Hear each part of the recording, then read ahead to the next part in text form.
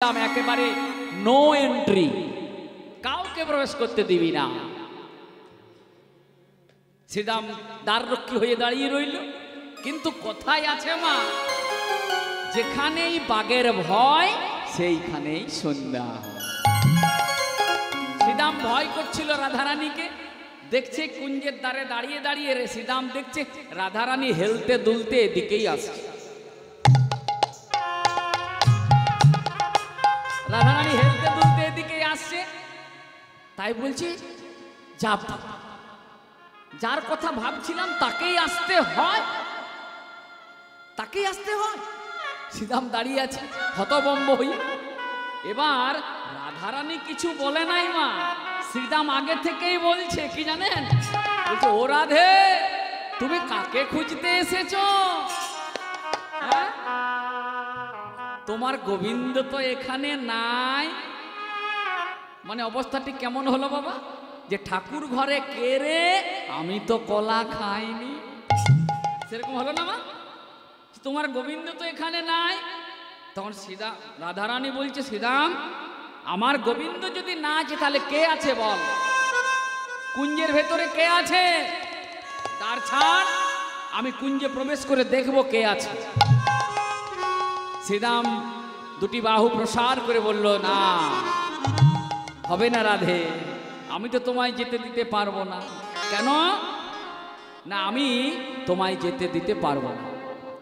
ভগবান কৃষ্ণ বারণ করেছে, তুই আমাকে কৃষ্ণ দর্শনে বাধা দিলি। রাধারানী প্রধান নিতে বললেন, তুই আমাকে কৃষ্ণ দর্শনে বাধা দিলি, তুই আমার সঙ্গে দৈত্যের মতো আচরণ করলি, তাই আমি তোকে অভিশাপ দিলাম যে কৃষ্ণের আদেশ পালন করতে তুই আমার সঙ্গে দৈত্যের মতো আচরণ করলে আমি তোকে অভিশাপ দিলাম, পরবর্তী জন্মে তুই দৈত্যকুলে জন্মগ্রহণ করবি, নাম হবে তোর শঙ্খচূড় দৈত্য।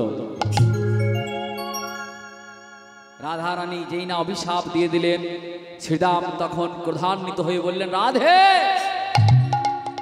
তুমি আমাকে লঘু পাপে গুরুদণ্ড দিয়ে দিলে। আমি কৃষ্ণের আদেশ পালন করেছি মাত্র, আমার তো কোনো দোষ নয়। তাই তুমি যখন কৃষ্ণের আদেশ পালন করতে যদি আমাকে শঙ্খচূড় দৈত্য হতে হয়, তাই আমি তোমাকে অভিশাপ দিলাম যে কৃষ্ণকে দেখে তুমি একটা মুহূর্ত থাকতে পারো না, সেই কৃষ্ণকে তুমি 100 বছরের জন্য হারাবে। হয়নি মা? 100 বছর রাধারানীকে কাঁদিয়ে মথুরায় গিয়ে রাজা হয়েছিলেন ভগবান। এদিকে ভগবান গোবিন্দ আমার মনে মনে অন্তরে বুঝতে পেরেছে যে কুঞ্জের দ্বারে রাধারানীর সঙ্গে শ্রীরামের ঝগড়া চলছে। রাধারানী এই এলো বলে এর ভেতরে, তাই তাড়াতাড়ি বিরজাকে বলছে, বিরজা রাধারানী আসছে, তুমি তাড়াতাড়ি দ্রবরূপ ধারণ করো। দ্রব মানে জল, জলমূর্তি ধারণ করেছে রাধারানী। আর ভগবান নিজে কি করেছেন, নিজে একটা কালো রঙের সর্পরূপ ধারণ করে সেই জলের উপর খেলা করতে শুরু করল। কিন্তু রাধারানীর চোখকে ফাঁকি দেওয়া যায় মা? সঙ্গে সঙ্গে রাধারানী ধ্যানস্থ হলেন কুঞ্জের দ্বারে। কুঞ্জের ভেতরে প্রবেশ করে সঙ্গে সঙ্গে যেই না ধ্যানস্থ হলেন, ধ্যান যোগে বুঝতে পারলেন যে কালো রঙের সর্পটি যেটি খেলা করছে সেটি আর কেউ নয়, সেটি হলো আমার প্রাণ গোবিন্দ। আর যে জলের উপর খেলা করছে সেটি আর কেউ নয়, সেটি হলো বিরজা। বিরজাকে সঙ্গে সঙ্গে অভিশাপ দিলেন, তুই আমার ভয়ে যেহেতু জল মূর্তি ধারণ করেছিস, দ্রবমূর্তি ধারণ করেছিস, আমি তোকে অভিশাপ দিলাম চিরকাল তুই ওই দ্রবরূপেই থাকবি। আর ভগবানকে কি করলেন জানেন? ভগবানকে ধরার জন্য রাধারানী সঙ্গে সঙ্গে ময়ূরনীর মূর্তি ধারণ করলেন। সাপের শত্রু হচ্ছে ময়ূর, তাই না? তাই গোবিন্দকে ধরবার জন্য, ওই সর্পরূপী গোবিন্দকে ধরবার জন্য সঙ্গে সঙ্গে ময়ূরনীর মূর্তি ধারণ করে গোবিন্দকে ধরার চেষ্টা করলেন। ময়ূরনী তার ধারালো তীক্ষ্ণ ঠোঁটে প্রথমবার গোবিন্দকে ছোবল মেরেছে, ধরতে পারল না। আরেকবার ছোবল মেরেছে, ধরতে পারল না। আরেকবার যেই না ছোবল মেরেছে, গোবিন্দকে ধরে ফেলেছে। তাই 3 বার আঘাত করেছে মা। এই 3 বার আঘাতে গোবিন্দের 3টি জায়গায় ভাঙা হয়েছে, মানে বাঁকা হয়ে গেল। সেদিন থেকে গোবিন্দ হলেন আমার ত্রিভঙ্গ মুরারি। 3টি জায়গায় ভাঙা গোবিন্দ। সঙ্গে সঙ্গে গোবিন্দ বললেন, রাধে তুমি আমাকে ময়ূরণীর মূর্তি ধারণ করে যখন আমাকে ধরে ফেলেছো, আমি আশীর্বাদ করলাম আজ থেকে তোমার এই ময়ূরিনীর পাখা আমি শিরোধার্য করব। সেই থেকে গোবিন্দের মাথার উপর ওই ময়ূরের পাখাটা শোভিত হয়। তাহলে কি বললাম মা? চূড়ে চারু শিখণ্ডক মণ্ডিত মালতী মধুকর মাল। সখী আর কি দেখলি? আমার বধূর গলায় দেখলাম মালতী ফুলের মালা।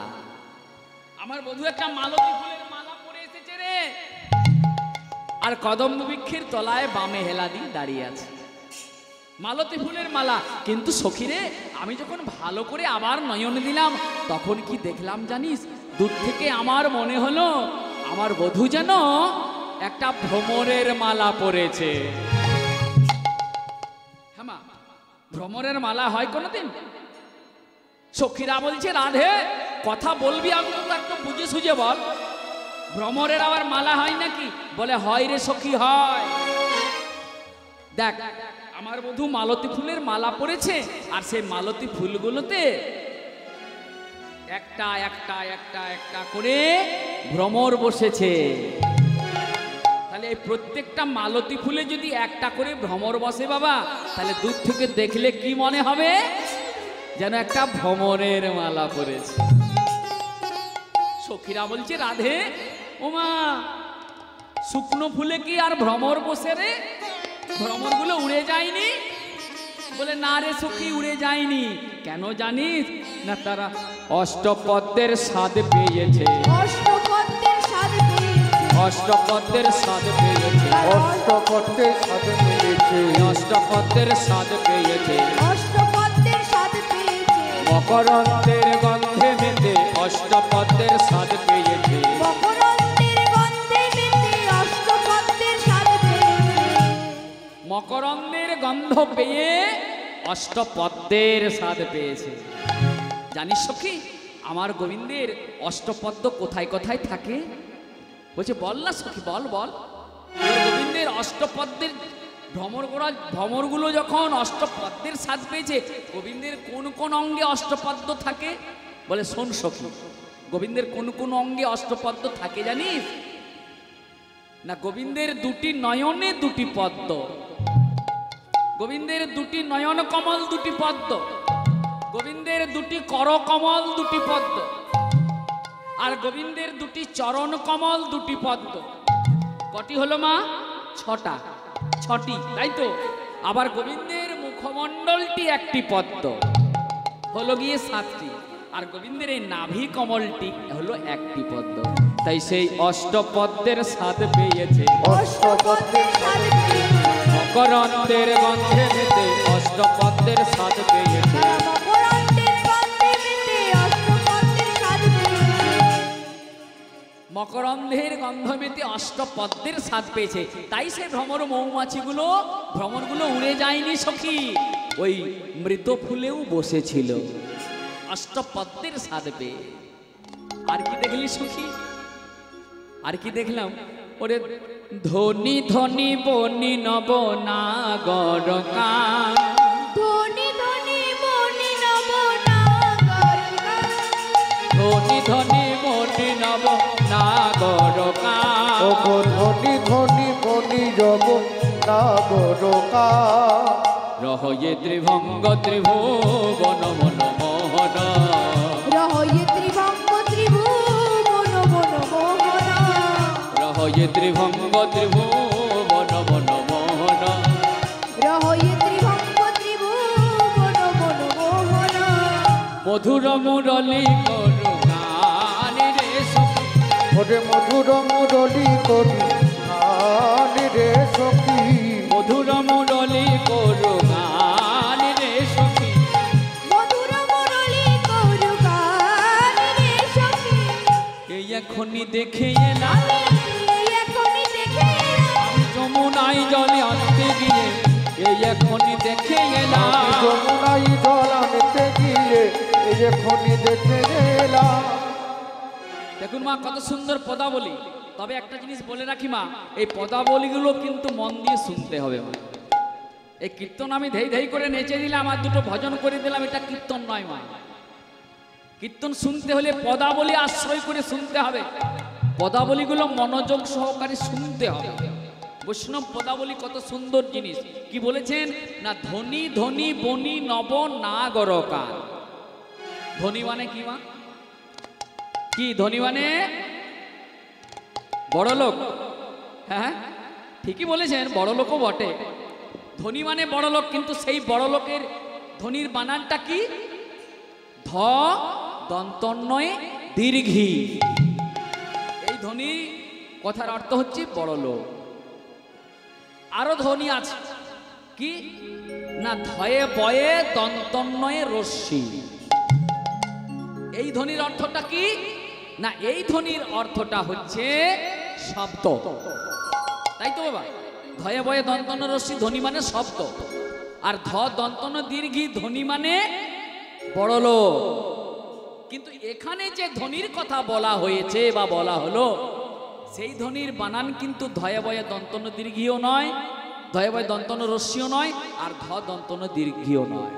কি না, ধ দন্তন্বয়ে রশ্মি। তাহলে এই ধ্বনির অর্থটা কি না, এই ধ্বনির অর্থটা হচ্ছে সখী ধন্য। হিন্দি কথা ধন্যা থেকে এসেছে, ধন্যা ধন্যা ধন্যা থেকে এসেছে ধন্য। তার মানে এই ধ দন্তন রশ্মি ধ্বনি শব্দের অর্থটা হচ্ছে ধন্য। রাধারানী বলছে সখীরে কে ধন্য হয়েছে জানিস? সখীরা বলছে তুই 3 বার কেন ধনী বললি? কেন বললাম জানিস? মা যশোদা তার প্রাণের গোপালকে নিজ হাতে এত সুন্দর করে সাজিয়েছে, তাই গোবিন্দকে সাজিয়ে তার প্রাণের গোপালকে সাজিয়ে মা যশোদা হয়েছে ধন্য। মা যশোদার জীবন হয়েছে ধন্য। তাহলে মা যশোদা হচ্ছে একটা ধনী, তাই তো মা? মা যশোদা ধন্য হয়েছে, মা যশোদা হচ্ছে একটা ধনী। আর সেই প্রাণনাথের সেই ভুবন ভোলা রূপ যেটি মা যশোদা সুন্দর করে সাজিয়েছে, সেটি আমি আজ এই যমুনায় জল নিতে এসে দর্শন করলাম। কদম্ব বৃক্ষের তলায় প্রাণ গোবিন্দ আমার বামে হেলা দিয়ে তার অপরূপ রূপ মাধুরী নিয়ে দাঁড়িয়ে আছে। তাই সেই ভুবন ভোলা রূপ দর্শন করে আমিও ধন্য হয়েছি, তাই তো? তাহলে আমি হচ্ছি এক ধনী সখী। আর আমি যে তোদের কাছে সেই প্রাণনাথের রূপের কথা বর্ণনা করছি, তাহলে তোরাও এই গোবিন্দের রূপের কথা আমার মুখ থেকে শুনে তোরাও হলি ধন্য। তাহলে তোরাও এক ধনী। এই জন্য আমি 3 বার ধনী বললাম। তখন ললিতা বলছে রাধে রে, আর কি এই জগতে কেউ ধনী আছে? বলে হ্যাঁ রে সখী আছে। বলে বলে তারাও ধনী, বলে তারাও ধনী, ওগো তারাও ধনী, বলে যারা দেয় উলুধ্বনি তারাও ধনী, ওগো যারা দেয় উলুধ্বনি তারাও ধনী, যারা দেয় জয়ধ্বনি তারাও ধনী, যারা দেয় জয়ধ্বনি তারাও ধনী, বলে যারা দেয় হরিধ্বনি তারাও ধনী। ওগো যারা দেয় হরিধ্বনি তারাও ধনী, যারা হরিধ্বনি দেয় গোবিন্দের রূপের কথা শুনে, যারা উলুধ্বনি দেয় গোবিন্দের রূপের কথা শুনে, যারা জয়ধ্বনি দেয় গোবিন্দের রূপের কথা শুনে, তারাও ধনী। তখন সখীরা বলছে, রাধে আর কিছু দেখলি? আর কি দেখেছিস বল বল, তোর মুখ থেকে যতই শুনছি ততই আমাদের লালসা বাড়ছে। আর কি দেখলি সখী? সখী রে, আর কি দেখলাম জানিস? ধনী ধনী বনি নব নাগর কান। আর কি দেখলাম না, রহয়ে ত্রিভঙ্গ ত্রিভুবন বন মোহন। রহয়ে ত্রিভঙ্গ ত্রিভুবন বন মোহন। রহয়ে ত্রিভঙ্গ ত্রিভুবন বন মোহন। কহয়ে ত্রিভঙ্গ তনু তনু মোহন। মধুর মুরলী করু গান রে সখী। মধুর মুরলী করু গান রে সখী। মধুর মুরলী করু গান রে সখী। এই এখনই দেখে এলাম, এখনই দেখে এলাম, যমুনাই জলে আনতে গিয়ে। এই এখনই দেখে এলাম, আমি যমুনাই জল আনতে গিয়ে এই যে খনি দেখে এলাম। তাহলে সখী রহয়ে ত্রিভঙ্গ ভুবন মনমোহন, আমার বধূ তার ভুবন ভোলা রূপ নিয়ে ত্রিভঙ্গ বঙ্কিমী ঠানে কদম্ব বৃক্ষের তলায় দাঁড়িয়ে আছে। তার অপরূপ রূপ মাধুরী নিয়ে। ত্রিভঙ্গ মানে তিনটি জায়গায় ভাঙা, মানে তিন জায়গায় বাঁকা। কেন বাঁকা হয়েছে, কেন ভাঙা হয়েছে আমি একটু আগে আপনাদের বললাম। রাধারানীর ময়ূরণী বেশি, রাধারানীর তীক্ষ্ণ ধারালো ঠোঁটে আঘাতে সেই ত্রিভঙ্গ মুরারি ভুবন ভোলা রূপ নিয়ে দাঁড়িয়ে আছে। সখীরা বলছে, রাধে তুই আমাদের এখনই বললি গোবিন্দের রূপে নয়ন দিয়ে আর নয়ন ফেরানো যায় না। তাহলে ওমা আপনারা একটু ভেবে বলুন তো, যার তিনটি জায়গায় বাঁকা মানে তিনটি জায়গায় ভাঙা, যে গোবিন্দ সোজা হয়ে দাঁড়াতে পারে না মা, হ্যাঁ, সে কি তাকে কি সুন্দর বলা যায়? বলুন তো আপনারা বিচার করে, তাকে সুন্দর বলা যায় বাবা? যার তিনটি জায়গায় ভাঙা আর বাঁকা হয়ে দাঁড়ায়, গোবিন্দ সোজা হয়ে দাঁড়াতে পর্যন্ত পারে না। আর রাধারানী বলছে তার ভুবন ভোলা রূপে আর নয়ন দিয়ে আর নয়ন ফেরাতে পারে না। রাধারানী বলছে, ললিতা রে, কিছু কিছু জিনিস বাঁকাও ভালো রে। আমার গোবিন্দের কিছু কিছু জিনিস বাঁকাও ভালো। তাছাড়া আমার গোবিন্দের তিনটি জায়গায় ভাঙা কেন হয়েছিল জানিস? একটু আগে আমি যেটা বললাম সেটা হচ্ছে তথ্য। এবার তত্ত্ব কি বলে? কেন বাঁকা হয়েছিল, কেন ভাঙা হয়েছিল? না ওই স্বর্গের দেবতারা বলে, হে গোবিন্দ তুমি দেখা দেখা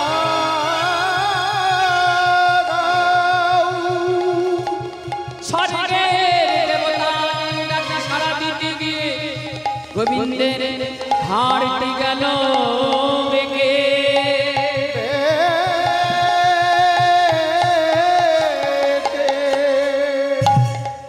আবার মর্তের মানুষ বলে, হে গোবিন্দ তুমি দেখা দেখা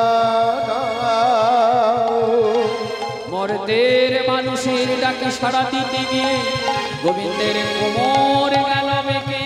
কোমর গেল বেগে।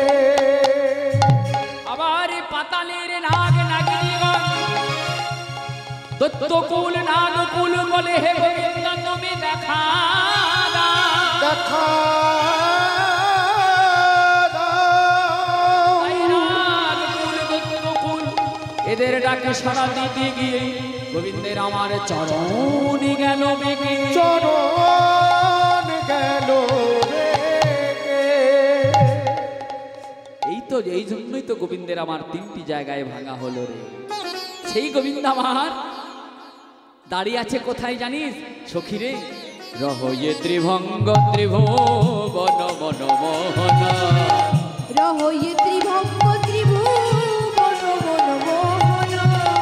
মধুর মুরলী করু গান রে সখী। ওই মধুর মুরলী করো গান রে সখী। মধুর মুরলী করু গান রে সখী। মধুর মুরলী করু গান রে সখী। বাজায় বাঁশি বাঁশি বাজায় ত্রিভঙ্গ ঠামে বাঁশি বাজায় ত্রিভঙ্গ ঠামে বাঁশি বাজায় ত্রিভঙ্গ ঠামে বাঁশি বাজায় ত্রিভঙ্গ ঠামে বাঁশি বাজায় সখী রে ত্রিভঙ্গ ঠামে বাঁশি বাজায় দাঁড়াই আছে কোথায় না কদম্ব বৃক্ষের তলায় ভুবন ভোলা রূপ নিয়ে যখন দাঁড়িয়ে আছে আমি প্রাণ ভরে দর্শন করলাম তা বলছি সখী আবার যখন মধুর মধুর মৃদু রহয়ে ত্রিভঙ্গ ত্রিভু মন মন মোহন সখী রে ওই মোহন বাসিটি যখন ত্রিভঙ্গ ঠামে দাঁড়িয়ে বাজিয়ে দিল সখী সেই অপরূপ রূপ মাধুরী দর্শন করে আর তার ভুবন ভোলা বাঁশির সুরে আমার মন প্রাণ জীবন যৌবন সব একাকার হয়ে গেল রে গোবিন্দের ওই মোহন বাঁশি শুনে আমার দেহ মন প্রাণ রূপ যৌবন কুল শীলবান সব শেষ হয়ে গেল রে আপন বলতে আমার কিছু রইল না সখী তাই রাধারানী কেঁদে কেঁদে সখীদের বলছি সখী রে আমার মন প্রাণ হরে নীল রে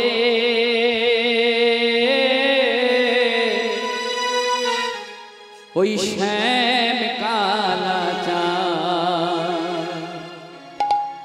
শ্যাম কালা বাঁশি সুরে রে আমার মন প্রাণ ভরে নিল রে শ্যাম কালা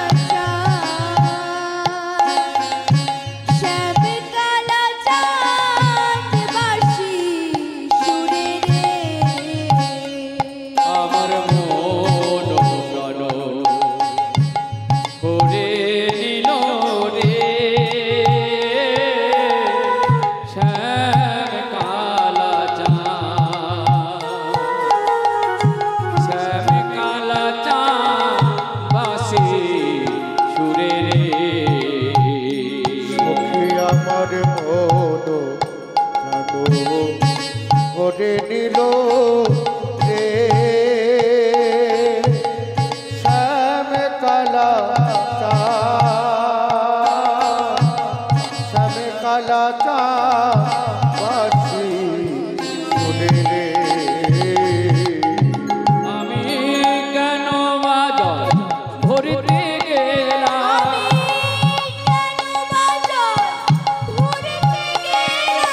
আমি কেন বাজার ভরিতে গেলাম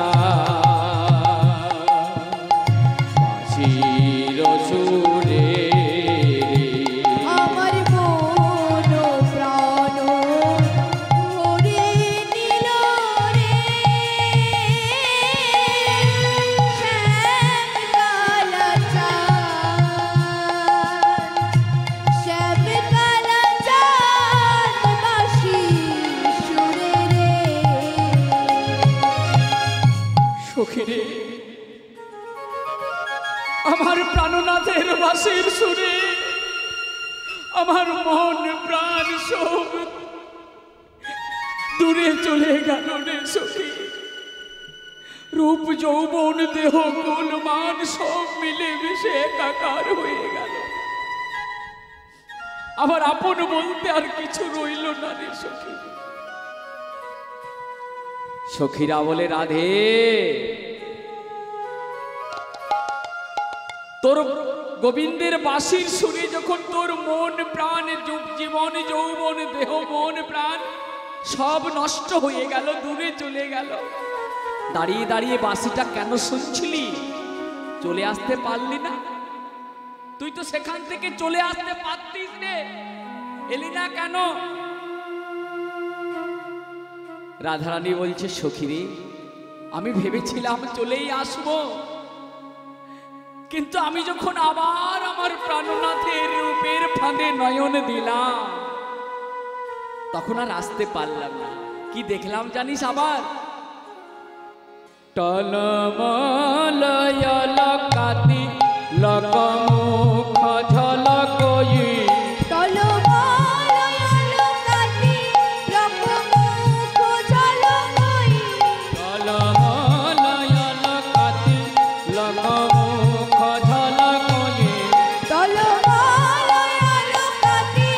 লকমুখ ঝলকই ভাবকি ধনুয়াদ দান রে সখী, ভাবকি ধনুয়াদ দান রে সখী, ভাবকি ধনুয়াদ দান রে সখী। ভাবো কি ধনুয়াদ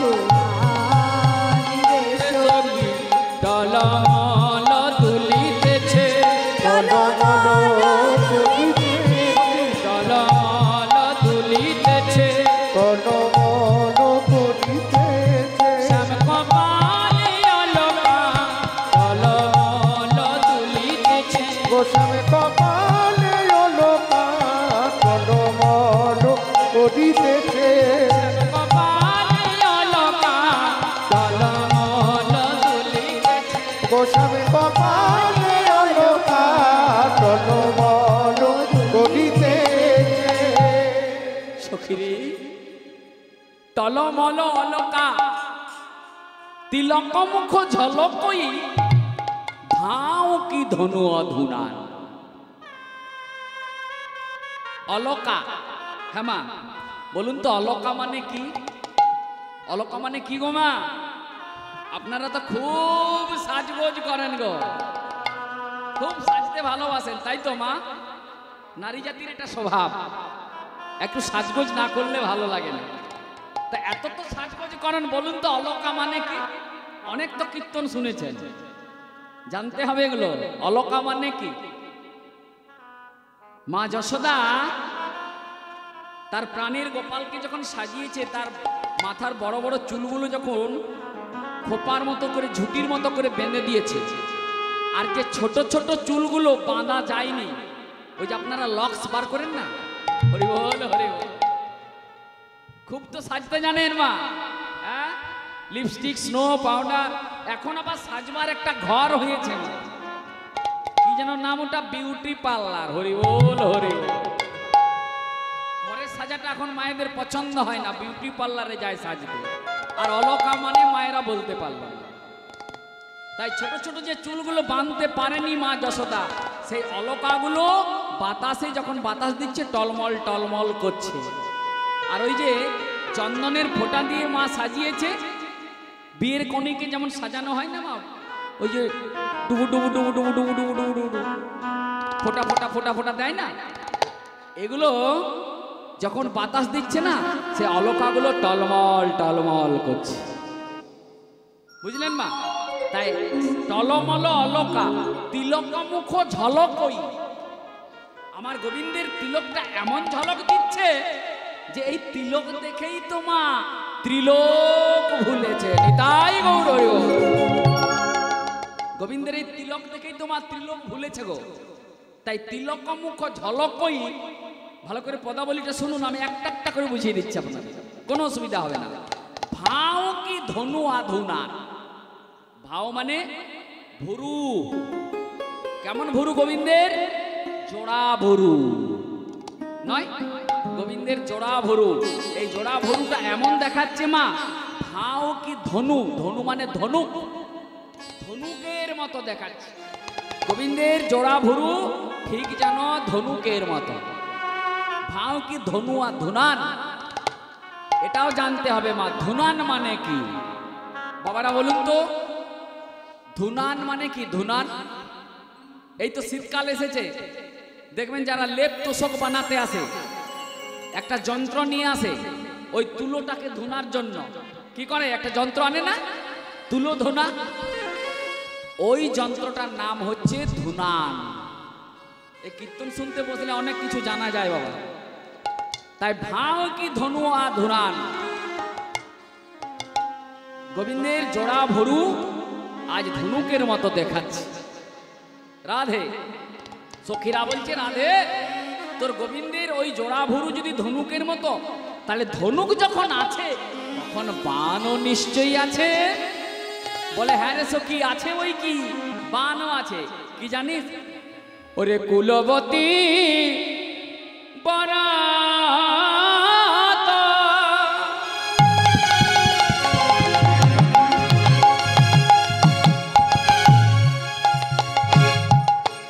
বিমোচন লোচন কুলবতী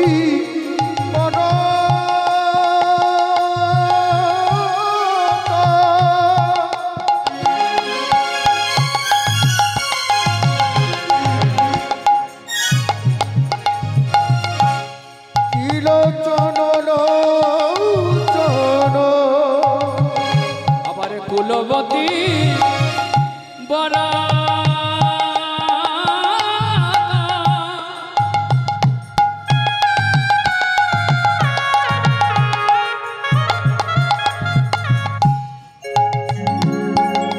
বিমোচন লোচন কুলবতী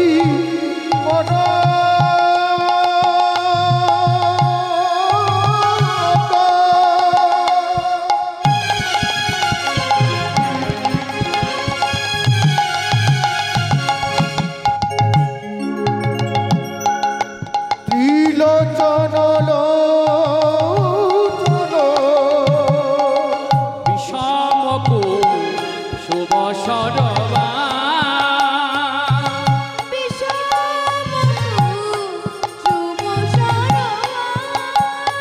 সখী বিষমকু শুভ সরবা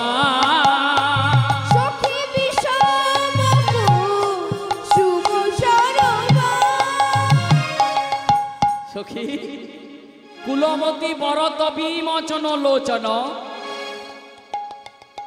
বিষম কুসুম সরোবা।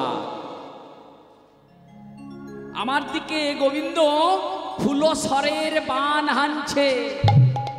জানিস সখী, আমি যখন আমার বধূর ওই রূপের দিকে চেয়েছিলাম, আমার গোবিন্দের বদনের দিকে চেয়েছিলাম, তখন আমার গোবিন্দ ফুলসরের বান হানছে যেন আমার দিকে। সখীরা বলছে রাধে, তুই তাহলে চলে এলি না কেন? তুই দাঁড়িয়ে দাঁড়িয়ে বানের আঘাত সহ্য করছিলি কেন? তুই তো ঘর চলে আসতে পারছিস, ফিরে আসতে পারছিস যমুনার তীর থেকে। বলছি সখী রে, আমি ভেবেছিলাম চলেই আসবো, কিন্তু আমি যখন আমার বধূর ওই মুখের হাসিটা দেখলাম না, আর চলে আসতে পারলাম না। আমার বধূর ভুবন মোহন হাসি যখন দেখলাম, আমি আর ফিরে আসতে পারলাম না রে সখী। তাই সখী কি দেখলাম জানিস? আমার বধূর হাসিটা কেমন? ওরে বান্ধলি বন্ধুয় ধরে মধু মাখল, বান্ধলি বন্ধুয় ধরে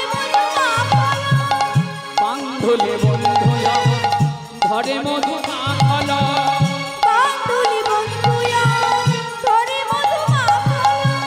মধুর মধুর মৃদু হাসি রে সখী, মধুর মধুর মৃদু হাসি রে সখী, মধুর এখনই দেখে এলাম আমি এই এখনই দেখে এলাম, ফাঁসি নয় যেন গলার ফাঁসি এখনই দেখে যেন গলার ফাঁসি দেখে এলাম, ফাঁসি নয় যেন গলার ফাঁসি হাসি নয় যেন গলার ফাঁসি, আমি এই এখনই দেখে এলাম ফাঁসি নয় যেন গলার ফাঁসি এই এখনই দেখে এলাম, হাসি নয় যেন গলার ফাঁসি, পড়েছে কত ব্রজবাসী ফাঁসি নয় যেন গলার ফাঁসি পড়েছে কত ব্রজবাসী, এখনই দেখে এলাম, হাসি নয় যেন গলার ফাঁসি যে ফাঁসি পড়ে আমি কৃষ্ণ কলঙ্কিনী হয়েছি রে সখী। আমার বধুর মুখের হাসিটা নয় যেন একটা গলার ফাঁসি যে ফাঁসি গলায় পড়ে আমি কুল মজিয়েছি রে সখী, আমি কুল হারিয়েছি, আমি কৃষ্ণ কলঙ্কিনী হয়েছি। এই হাসি তো যেমন তেমন হাসি নয়, ব্রজগোপীদের কুল মজাতে আমি কুল হারিয়েছি, আমি কৃষ্ণ কলঙ্কিনীতে পরিণত হয়েছি। বধুর এই মুখের হাসি, এই হাসি দেখে আমি কি আর ঘরে ফিরে আসতে পারি রে সখী? আর কি দেখলি? মধুরা মধুরা মৃদু হাস। তা এই জগতে সখী অনেক রকমের হাসি আছে রে, হি হি হাসি, হো হো হাসি, অট্ট হাসি, অনেক রকমের হাসির স্টাইল আছে। কি গো মা নেই? আবার এখনকার একটা হাসি বেরিয়েছে বাবা, কেমন না মুচকি হাসি, একটা মুচকি হাসি এখন বেরিয়েছে। কিন্তু আমার গোবিন্দের হাসিটা কেমন ছিল জানেন? হ্যাঁ মা, আমি এক জায়গায় কীর্তন করতে গিয়েছিলাম গো, আমি যখন মুচকি হাসিটা দেখালাম না, একজন ঠাকুমা 80 বছর বয়স, ওই যে আমার ঠাকুমা রয়েছে, ও ঠাকুমা আপনার চরণে আমার প্রণাম গো। এরকম একজন ঠাকুমা বসে বসে কীর্তন শুনছে, আর ঠাকুমা আমি এখন মুচকি হাসিটি দেখিয়েছি, আর ঠাকুমা মুচকি হাসিটি দেখতে পেয়েছি। সকালবেলা আমি যখন বাড়ি যাচ্ছি তখন ঠাকুমা আমার মাথায় ঘোমটাটি দিয়ে আমার দিকে তাকিয়ে মুচকি হাসছে। আমি বললাম, ও ঠাকুমা আপনার বয়স এখন 80 বছর, আর মুচকি হেসে আপনার লাভ নেই। হরি বল হরি বল। তা অনেক রকমের জগতে হাসি আছে বাবা। সখী রে, আমার গোবিন্দের হাসিটা কেমন জানিস? শুনে নে, আমার গোবিন্দের হাসিটা কেমন জানিস? সখী অন্য লোকে কথা বলে, কথা বলার পরে হাসে, তাই না বাবা? সখী অন্য লোকে কথা বলে, কথা বলার পরে হাসে, আর আমার বধূ কথা বলতে বলতে মৃদু মৃদু হাসে। সখী অন্য তাই বল, হরি বল, হরি বল, হরি বল। কথা বলার পরে হাসে, আমার বধূ কথা বলতে বলতে মৃদু মৃদু হাসে, সখী অন্য লোকে কথা বলে, কথা বলার পরে হাসে, আমার বধূ কথা বলতে বলতে মৃদু মৃদু হাসে। সখী অন্য লোকে কথা বলে, কথা বলার পরে হাসে, আর বধূ কথা বলতে বলতে মৃদু মৃদু হাসে।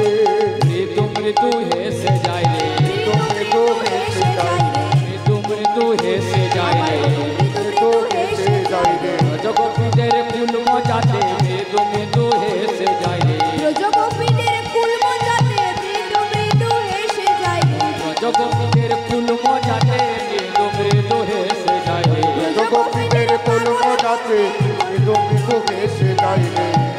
সখী রে, আমার বধূ যখন কথা বলে, কথা বলতে বলতে হাসে। এই ব্রজগোপীদের কুল মজাতে প্রভু আমার মৃদু মৃদু হাসে। আর কি জানিস?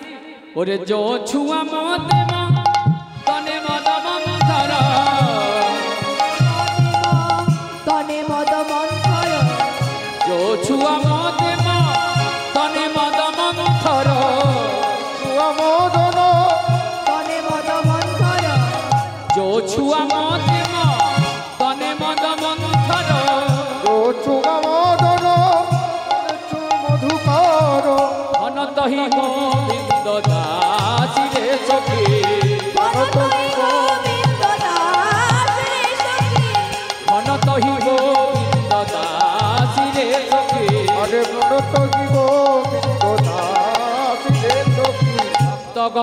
তোমরাও দেখো, ভক্তগণে তোমরাও দেখো, ভক্তগণে তোমরাও দেখো, ভগবানে তোমরাও দেখো, যে রূপ দেখলো রাধা, ভক্তগণে তোমরাও দেখো, ওগো যে রূপ দেখলো রাধা, ভক্তগণ তোমরাও দেখো, যে রূপ দেখলো রাধা, ভক্তগণে তোমরাও দেখো, যে রূপ দেখলো রাধা, যে রূপে রাধার মনে বাধা, যে রূপ দেখলো রাধার নিতাই গৌর বল। যে রূপ দেখলো রাধা, রূপে রাধার মন বলি, যে রূপ দেখলো রাধা, ভক্তগণ তোমরাও দেখো। সখী রে, আর কি দেখলি সখী? সখী রে, তোর মুখ থেকে যতই তোর প্রাণনাথের রূপের কথা শুনছি, ততই আমাদের লালসা বেড়ে যাচ্ছে। মনে হচ্ছে আরো শুনি, আরো শুনি, আরো শুনি, ততই তো আমাদের লালসা বেড়ে যাচ্ছে। শোনা সখী, আরো শোনা তুই। সত্যি তো মা, ভগবানের কথা যতই শুনি ততই তো আমাদের লালসা বেড়ে যায়, যায় না? আপনারা তো অনেক কীর্তন শুনেছেন গো, কি মা শুনেননি? এই বছর তো অনেক কীর্তন শুনেছেন, তবু তো আপনাদের মনে হচ্ছে এই রাত্রি জাগরণ করে এত ঠান্ডার মধ্যেও আপনারা কীর্তনটা শুনছেন, ভগবানের গুণকথা, ভগবানের রূপের কথা, ভগবানের গুণের কথা, তবু তো আপনাদের মনে লালসা আছে, যাই কীর্তনটা একটু শুনে আসি। তাহলে তেমনি ভগবানের গুণের কথা, রূপের কথা যতই শোনা হয় ততই আমাদের মনে লালসা বেড়ে যায়। তাই সখী রে, আর কিছু শোনাবি না কি? বলে হ্যাঁ রে সখী, তোরা শুনবি, শুনবি তাহলে শোন, আরো শোন। সখী রে, আমি যখন ওই কদম্ব বৃক্ষের তলার দিকে আমরা প্রাণনাথের ওই অপরূপ রূপের দিকে নয়ন দিলাম, তখন কি দেখলাম জানিস? আমার বধূ বেঁধেছে বিনোদ চূড়া, নবগুঞ্জা দিয়া, বধূ বেঁধেছে বিনোদ চূড়া, নবগুঞ্জারিয়া, বেঁধেছে বিনোদ চূড়া, নবগুঞ্জা দিয়া, বেঁধেছে বিনোদ চূড়া, নবগুঞ্জা দিয়া, আর তার উপরে নয়ন পাখা বামে হেলা দিয়া, আর তার উপরে ময়ূর পাখা বামে ঘেরা দিয়া, আর তাহাতে উড়ের পাখা বামে হেলাইয়া, আর তাহাতে উডের পাখা বামে ঘেরা দিয়া, বেঁধেছে বিনোদ চূড়া, বামে হেলা দিয়া, বধূ বেঁধেছে বিনোদ চূড়া, নবগুঞ্জা দিয়া, বেঁধেছে বিনোদ চূড়া। সখীরে, আমার বধূ বিনোদ চূড়া, সেই বিনোদ চূড়ার উপর ময়ূরের পাখাটা বামে হেলা দিয়েছে। একটু আগে আমি বর্ণনা করলাম না, করলাম না? তাই রাধারানী যেই না বলেছে, সখীরা বলছে, সখীর রাধে, তোর বধূর গলায় ময়ূরের পাখা আমরা দেখলাম ঠিক আছে, কিন্তু চূড়াটা বামে হেলে আছে কেন? তাই সখীরা রাধারানীকে বলছে, সখীরে, চূড়া বামে হেলে আছে কেন? চূড়া বামে হেলে আছে কেন? চূড়া বামে হেলে আছে কেন? বামে গেলে আছে দেখো, আর ওপর ময়ূর পাখা বামে হেলে আছে কেন? চূড়ার উপর ময়ূর পাখা বামে হেলে আছে কেন? চূড়ার উপর ময়ূর পাখা বামে হেলে আছে কেন সখী? বামে হেলে আছে কেন? নিচু হয়ে আছে কেন? বলে সখী, এই নিচু না করলে যে কোনো জিনিস লাভ করা যায় না, কোনো অপ্রাকৃত জিনিসের সন্ধান পাওয়া যায় না নিচু না হলে। কেমন জানিস? শাস্ত্রে কি আছে জানিস? যদি পেতে চাও কিছু, আগে হও নিচু। মাথাটা নিচু না করলে কোনো জিনিস পাওয়া যায় না বাবা, কোনো দুর্লভ জিনিসকে পাওয়া যায় না, মাথাটা নিচু করতে হয়। কথাটা কি জানেন? ওই যে দেখবেন একটা শ্লোক আছে, তৃণাদপি শুনি চেন তরুরেব সহিষ্ণু না অমানি না মানে দেন কীর্তনিয়া সদা হরি। অহংকার করলে কোনো জিনিসটা পাওয়া যায় না। তৃণাদপি শুনিছেন মানে তৃণ মানে ঘাস, ঘাস থেকেও অধম হতে হবে, আরো নিচু হতে হবে। অহংকার করলে কোনো জিনিস পাওয়া যায় না মা, কারণ ভগবান সব সহ্য করে, কিন্তু কোনো ভক্তের কোনো অহংকার সহ্য করতে পারে। কাল সকালে কুরুক্ষেত্রের যুদ্ধে শুরু হবে, তার প্রমাণ আছে মহাভারতে। যদি পেতে চাও কিছু, আগে হও নিচু। এই নিচু হয়ে কি অসাধ্য সাধন করেছিল দেখো, তার প্রমাণ আছে মহাভারতে। কাল সকালেই কুরুক্ষেত্রের যুদ্ধ শুরু হবে। যে যুদ্ধে দুটি দল অংশগ্রহণ করেছে, একটি হলো কৌরব আর একটি হলো পাণ্ডবদের দল। তার মানে কুরু পাণ্ডবের দুটো দলের যুদ্ধ কাল সকালেই শুরু হবে। ঠিক তার আগের দিন সন্ধ্যা বেলায় পঞ্চ পাণ্ডবের জ্যেষ্ঠ ভ্রাতা যুধিষ্ঠির চলে গেলেন কোথায়? তার জেঠিমার কাছে। ওমা, যুধিষ্ঠিরের ধর্মরাজ যুধিষ্ঠিরের জেঠিমার নাম কি জানেন? এখানে অনেক মা আছেন, বলতে পারবেন কে? গান্ধারী জননী। শতপুত্রের জননী গান্ধারী দেবীর কাছে পৌঁছে গেলেন। জেঠিমা,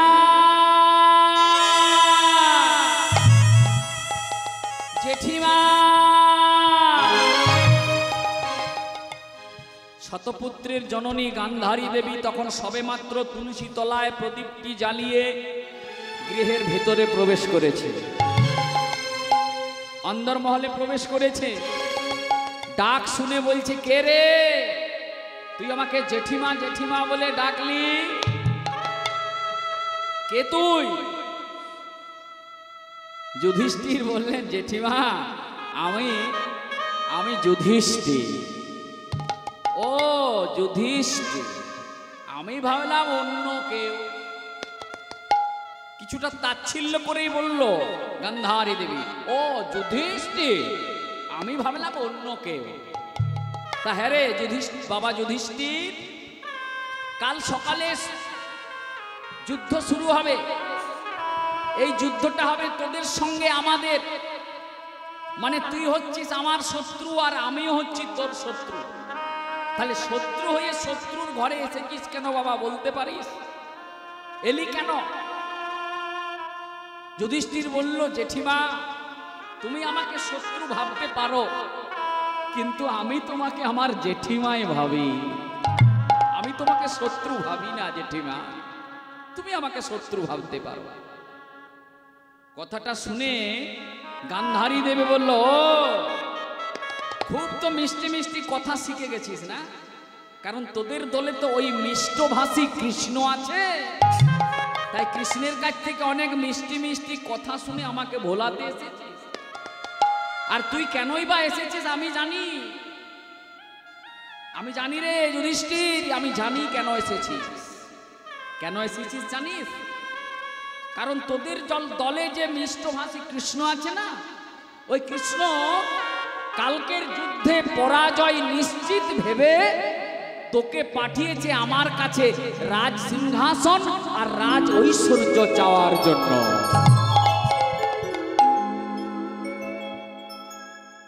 যেই না কথা বলেছে, করজোড়ে বিনতি করে কাঁদতে কাঁদতে যুধিষ্ঠির বলল, জেঠিমা জেঠিমা তুমি বিশ্বাস করো জেঠিমা, আমি ওই বিষ্ণুভাষী কৃষ্ণের জন্য, কৃষ্ণের আদেশে তোমার কাছে আসি নাই জেঠিমা। ওই বিষ্ণুভাষী কৃষ্ণ আমাকে তোমার কাছে পাঠায়নি। আর তুমি যে রাজ ঐশ্বর্যের কথা বলছো না জেঠিমা,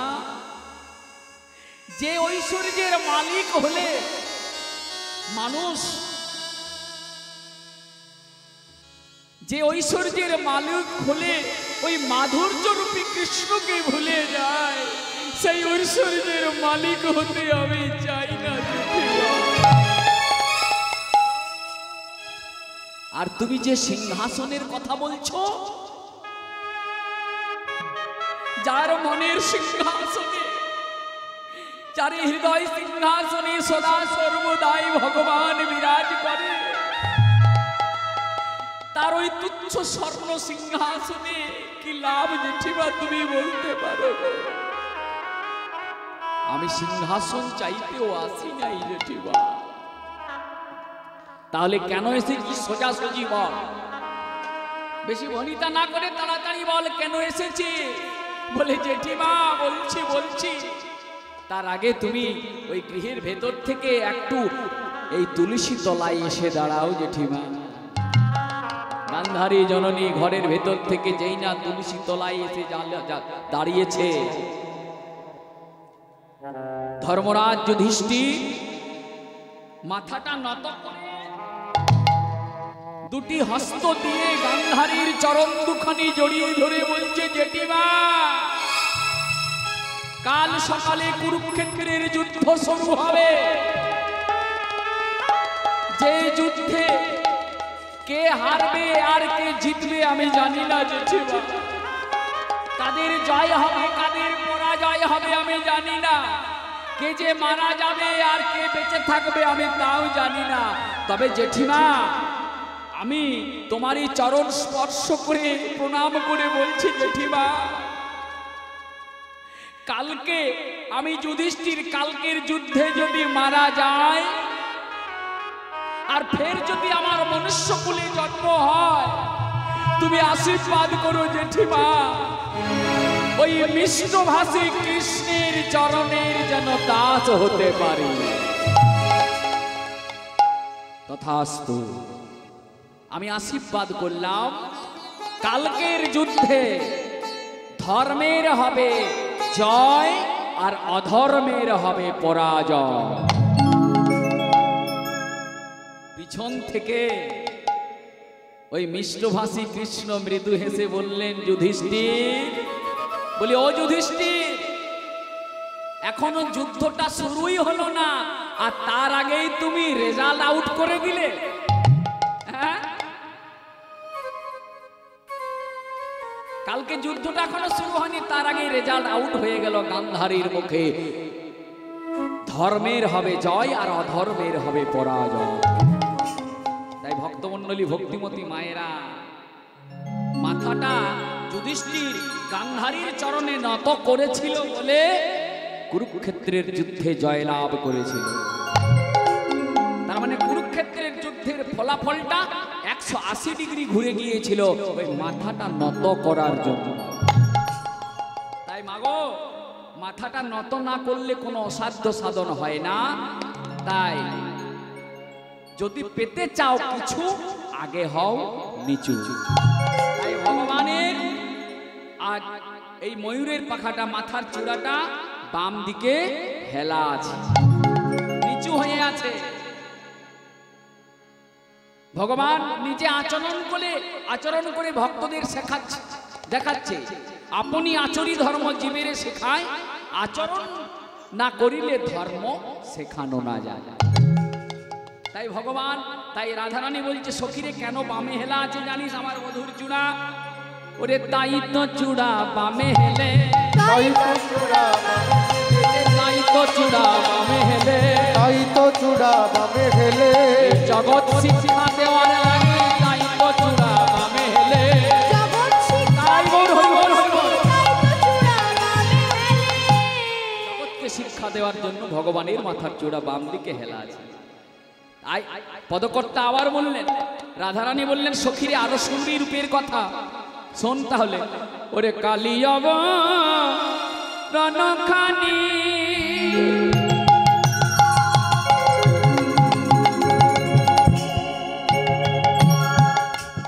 চন্দনেতে মাখা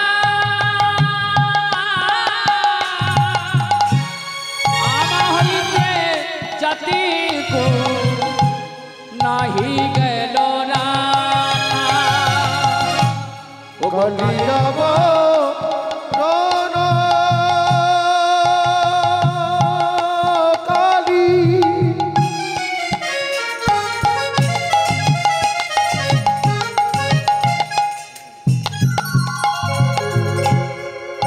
চন্দনেতে মাখা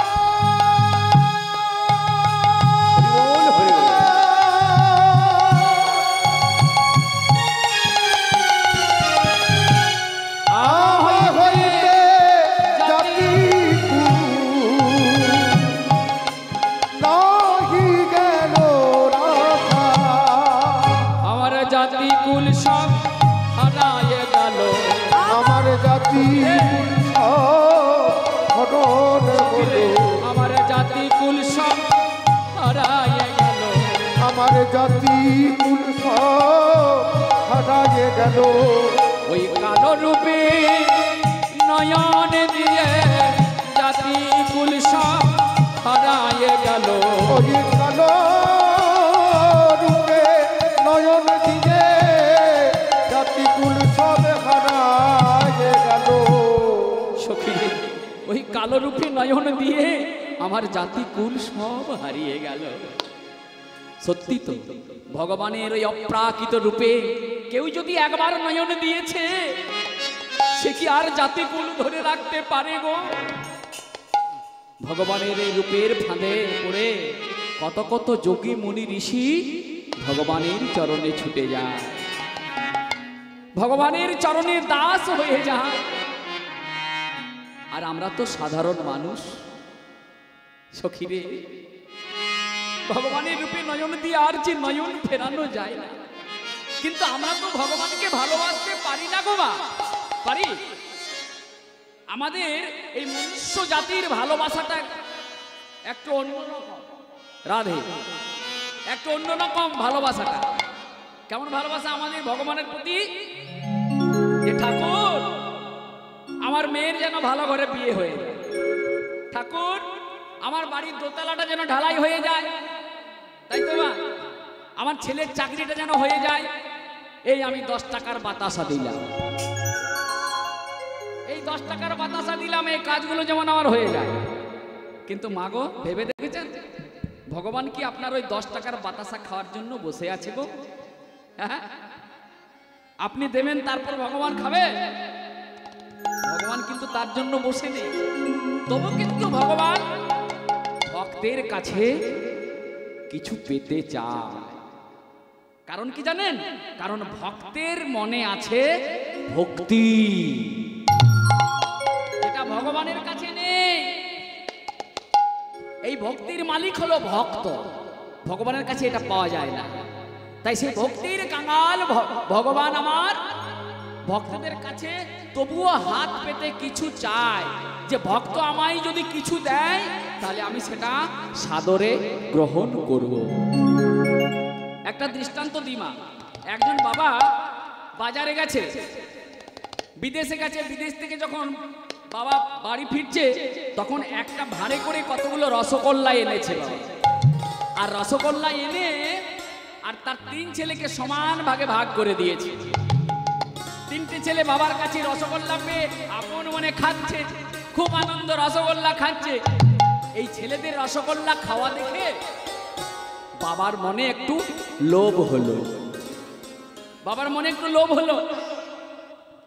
তাই ছেলের কাছে, একজন ছেলের কাছে হাত পেতে বলছে, সোনা, ও সোনা, বাবু তুমি আমায় একটু রসগোল্লা দাও। ও মা, বাবার কি রসগোল্লা বাবা কিনে খেতে পারতো না? ছেলে কি করেছে? ওই নখে করে একটু খুঁটে আর বাবার হাতে দিয়েছে।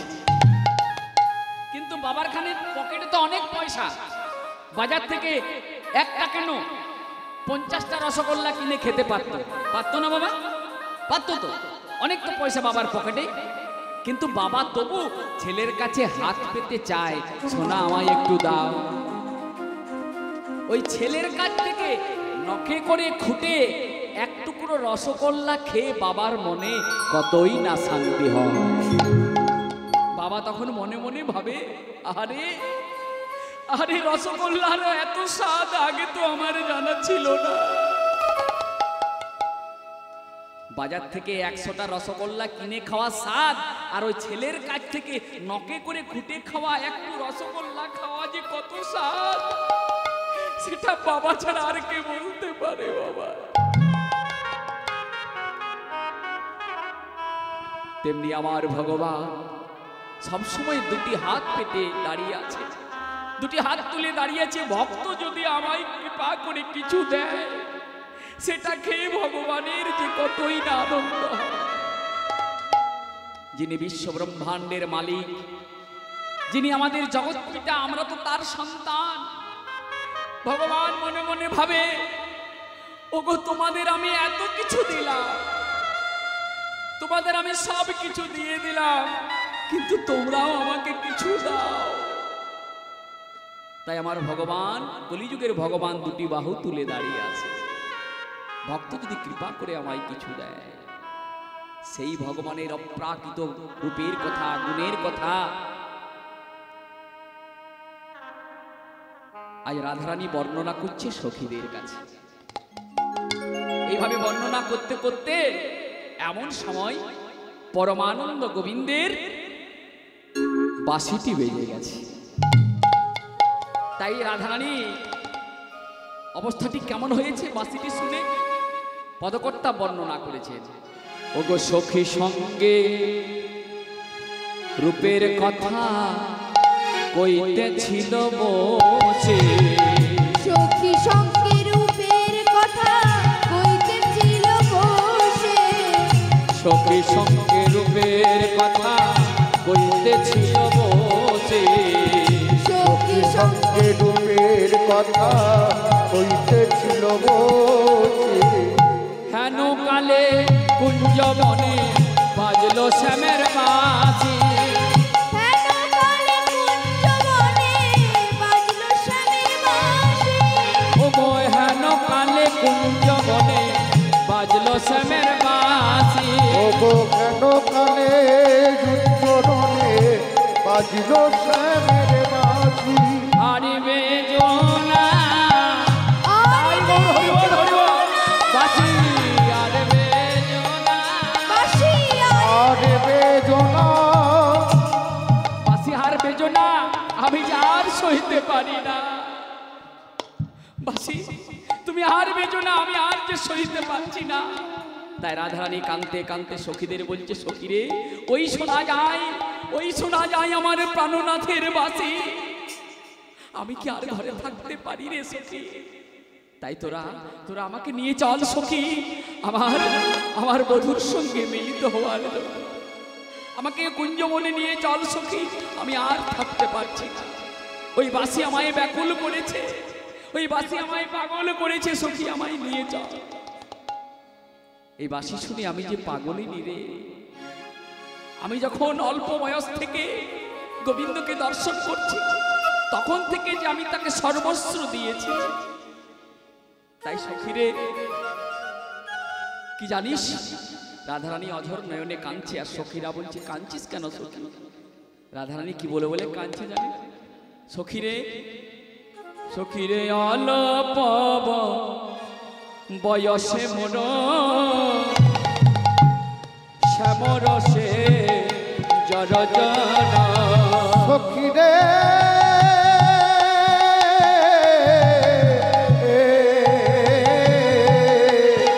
সখীর অবয়সে মোর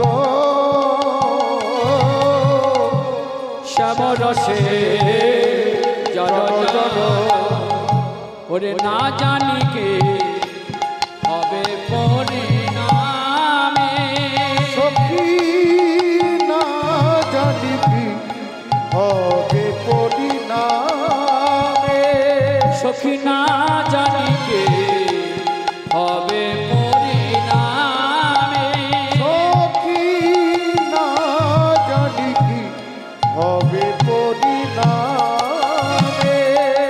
ওরে পরিণামে আমার কি বা হবে, বলে না রে আমার কি বা হবে, পরিণামে আমার কি বা সখী বলে না আমার বিবাহ হবে। আমার এই বয়সে এমন হলো হরিনামে আমার কি বা হবে। সমরসে ডর ডর বলে না সখী বিবাহ হবে। আমার এই বয়সে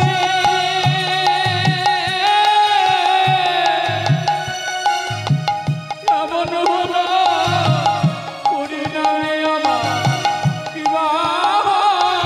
আমার এই বয়সে এমন হলো হরিনামে আমার কি বা হবে। আমার এই বয়সে এমন হলো আমার আরো তো বয়স চুরি রইল। বলে বয়সে এমন হলো আরো তো বয়স চুরি রইল। এই বয়সে এমন হলো হরিনামে আমার কি বা হবে। সখী এই বয়সে এমন হলো আরো তো বয়স চুরি রইল। এই বয়সে এমন হলো আরো তো বয়স চুরি রইল। এই তাই হলো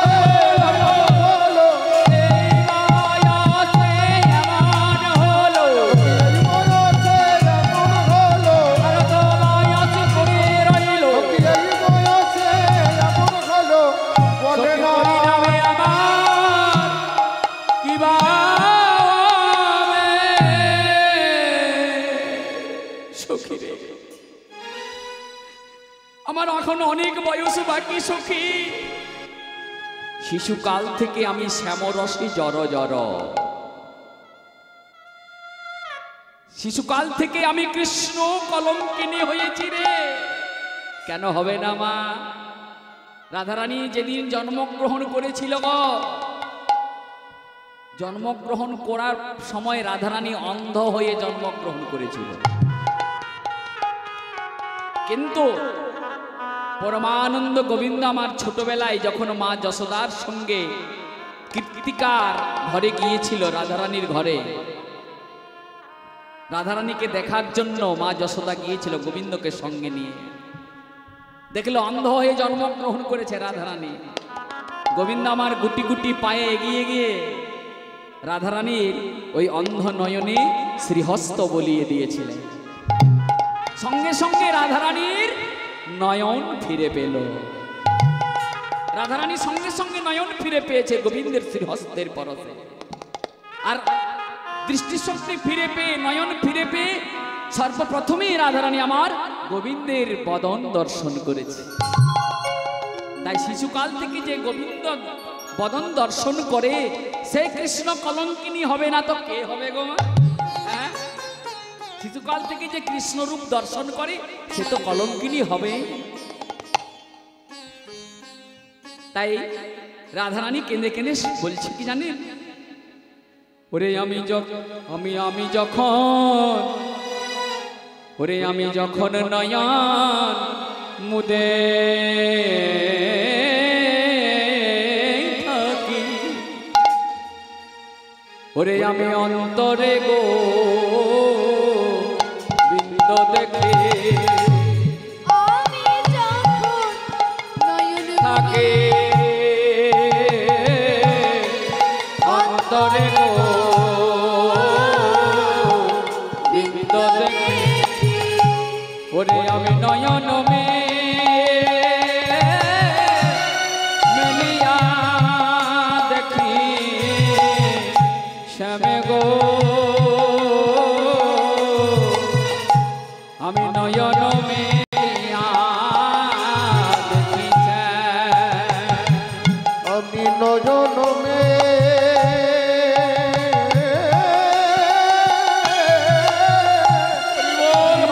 দেখি স্বামী গো নয়ন মেলিয়া দেখি সখী, আমি আর থাকতে পারছি না সখী। ওই কুঞ্জবনে আমার গোবিন্দের মোহন বাসি বেঁধেছে, এই বাসির সুরে আমাকে পাগল করেছে। সখী আমাকে নিয়ে যাও। সখীরা বলছে, রাধে তোকে আর কষ্ট করতে হবে না, আর কষ্ট করতে হবে না, চল আমরা তোকে কৃষ্ণ দর্শনে নিয়ে যাই, তোর গোবিন্দ দর্শনে নিয়ে যাই, তোকে আর কষ্ট করতে হবে না। তাই অষ্টসখী রাধারানীকে সাজাচ্ছে গোবিন্দের কাছে নিয়ে যাওয়ার জন্য। ওমা ললিতায় উল্লাস প্রাণী সুবর্ণের চিরুনি আনি মনসা দেয়া জড়িল চৌর, বিশাখা কবরী বাঁধি করি মনোহর ছাঁদে, সারি সারি দিয়া নানা ফুল। হ্যাঁ মা, ললিতা বিশাখা চম্পকলতা অষ্টসখী সকলে মিলে রাধারানীকে সুন্দর করে সাজিয়ে দিয়েছে। এবার রায়ধনীকে সঙ্গে নিয়ে শ্যাম অভিসারে যাচ্ছে অষ্টসখী সকলে মিলে। শ্যামে কৃষ্ণ দর্শনে যাচ্ছে আমার প্রেমময়ী রাধারানী সজ্জিতা হয়ে নানা রকমের। অষ্টসখী সুন্দর করে সাজিয়ে দিয়েছে। রাধারানীর ভাবটি কেমন? চাঁদ বদনী ধনী চলো অভিসারে, চাঁদ বদনী ধনী চলো অভিসারে, চাঁদ বদনী ধনী চলো অভিসারে, সঙ্গিনী রঙ্গিনী সঙ্গিনী রঙ্গিনী, সঙ্গিনী রঙ্গিনী ওই সঙ্গিনী রঙ্গিনী রসের বাহার, চাঁদ বদনী ধনী চলো অভিসার, চাঁদ বদনী ধনী চলো অভিসার। চাঁদ বদনী ধনী চলে অভিসারে। আজ কি বাসভারে মধু বৃন্দাবনে,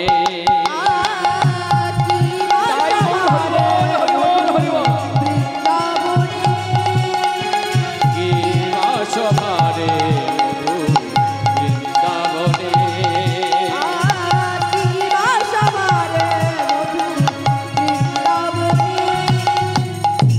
রায়কান বসিল রত্ন সিংহাসনে,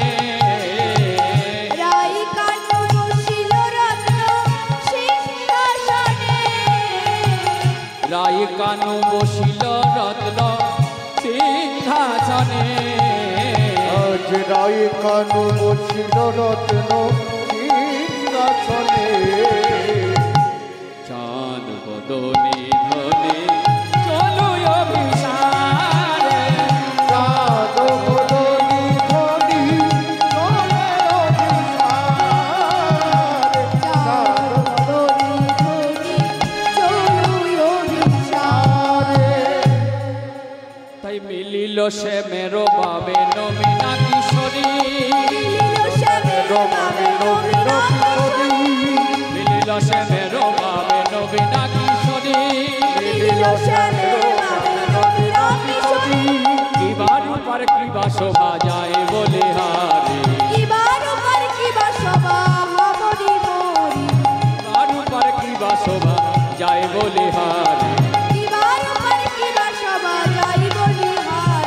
গাছের ডালে নৃত্য করে ময়ূরার ময়ূরী, হাতের তালে নৃত্য করে ময়ূরা ময়ূরী, গাছের ডালে নৃত্য করে ময়ূরার ময়ূরী, নৃত্য করে ময়ূরা আনন্দেতে গান গায় সুকুয়ার সারি, আনন্দেতে গান গায় সুকুয়ার সারি।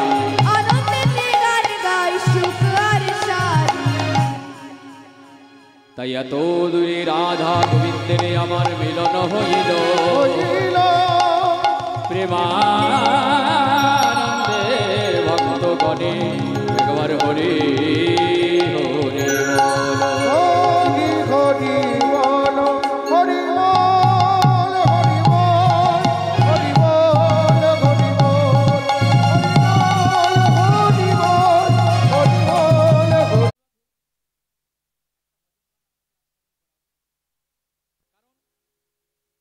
ভক্তাধীন গোবিন্দ ভক্তের মনোবাসনা কোনোদিন অপূর্ণ না রাখতে পারেননি, সবসময় ভক্তের মনোবাসনা পূর্ণ করেছেন।